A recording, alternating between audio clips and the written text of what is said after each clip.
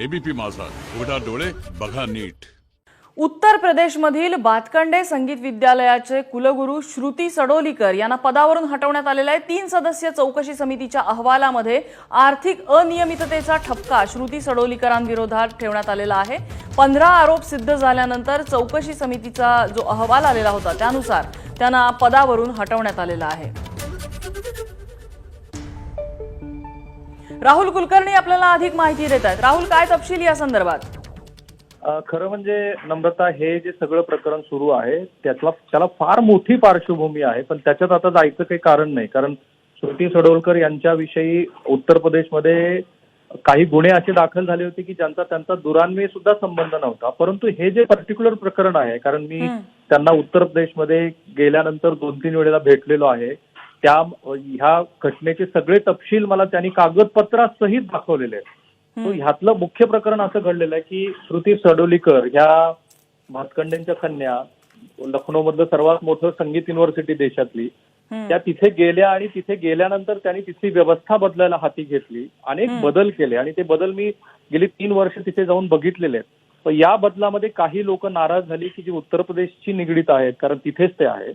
तर या मंडळींनी माझ्या माहितीनुसार 8 महिन्यापूर्वी कुलपतीच्या विरोधामध्ये भ्रष्टाचाराचे आरोप केले। त्यांनी एक नाट्यगृह तिथं उभारलेलं होतं आणि तत्कालीन राज्यपाल महाराष्ट्राचे राम नाईक यांनी त्या नाट्यगृहाचं उद्घाटन केलं आणि अत्यंत प्रशंसात्मक असे उद्गार त्यांनी तिथे काढले होते की एक उत्तम पद्धतीचं नाट्यगृह त्यांनी तिथे उभारलं।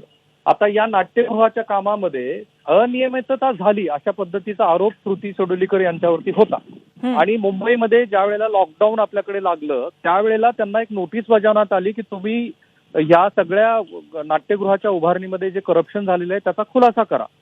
आता सगळ्यांना माहिती होतं की त्या काळामध्ये कोणालाही मुंबईत काय महाराष्ट्र कुठलाही राज्य सोडून दुसऱ्या राज्यात जाता येत नव्हतं। परंतु हे त्यांना सांगितलं गेलं।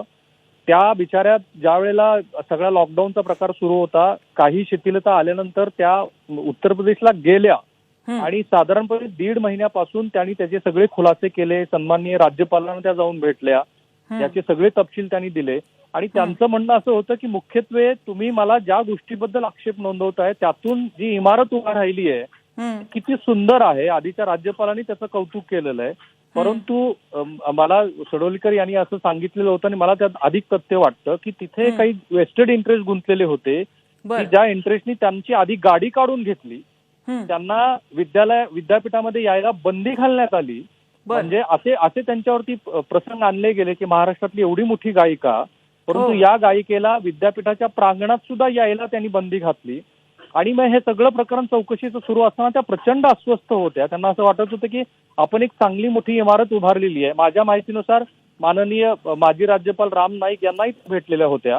त्यांनी हे सगळं प्रकरण त्यांना सांगितलेलं होतं, परंतु त्यातनं मार्ग निघाला नाही आणि दुर्दैवाने केवळ 8 दिवसाच्या चौकशीचा फार्स दाखवून एक भारतातली सर्वात मोठी संगीत विद्यापीठ की जे भातखंडेंच्या नावाचं आहे त्याच्यात केलेल्या सुधारणेला त्या बळी पडलेल्या आहेत। एका कर्तृत्ववान मराठी महिलेवरती उत्तर प्रदेशमध्ये करण्यात आलेला हा सर्वात मोठा अन्याय आहे। अत्यंत अपमानास्पद पद्धतीनं त्यांना ह्या सगळ्या प्रकरणात तोंड द्यावं लागलं आणि त्यांच्या बाजूनं दुर्दैवाने ना तिथल्या राज्यपाल उभा राहिल्या ना तिथले मुख्यमंत्री उभा राहिले। कित्येक वेळेला त्या रडलेल्या आहेत ह्या सगळ्या प्रकरणामध्ये की त्यांना बदल घडवून आणायचे होते, ते बदल राहिले बाजूला आणि इतक्या मोठ्या गायिकेवरती किरकोळ भ्रष्टाचाराचे आरोप करण्यात आले। माझ्याकडे आता सगळे तपशील नाही आहेत, पण अत्यंत कमी रकमेसाठी हा सगळा प्रकार घडवला गेला आणि अगदी सुरुवातीला तर त्यांच्यावरती चक्क खुनाचा आरोप ठेवण्यात आलेला होता, ज्याच्यातून त्यांची नंतर सुटकाही झाली। परंतु त्याही वेळेला एका कर्मचाऱ्याला त्यांनी काम करायला भाग पाडलं, व्यवस्थापन सुधारायचा प्रयत्न केला। म्हणजे हा सगळा प्रकार गेली 3 वर्ष सुरू होता। आपण कुणाची बाजू घेत नाही आहोत, पण केवळ 8 दिवसाच्या किरकोळ चौकशीमधून महाराष्ट्रातल्या एवढ्या मोठ्या कर्तृत्ववान गायिकेला अपमानास्पद पद्धतीनं कुलपती पदावरून बाजूला केलं जातं आणि हे आक्षेपार्ह आहे।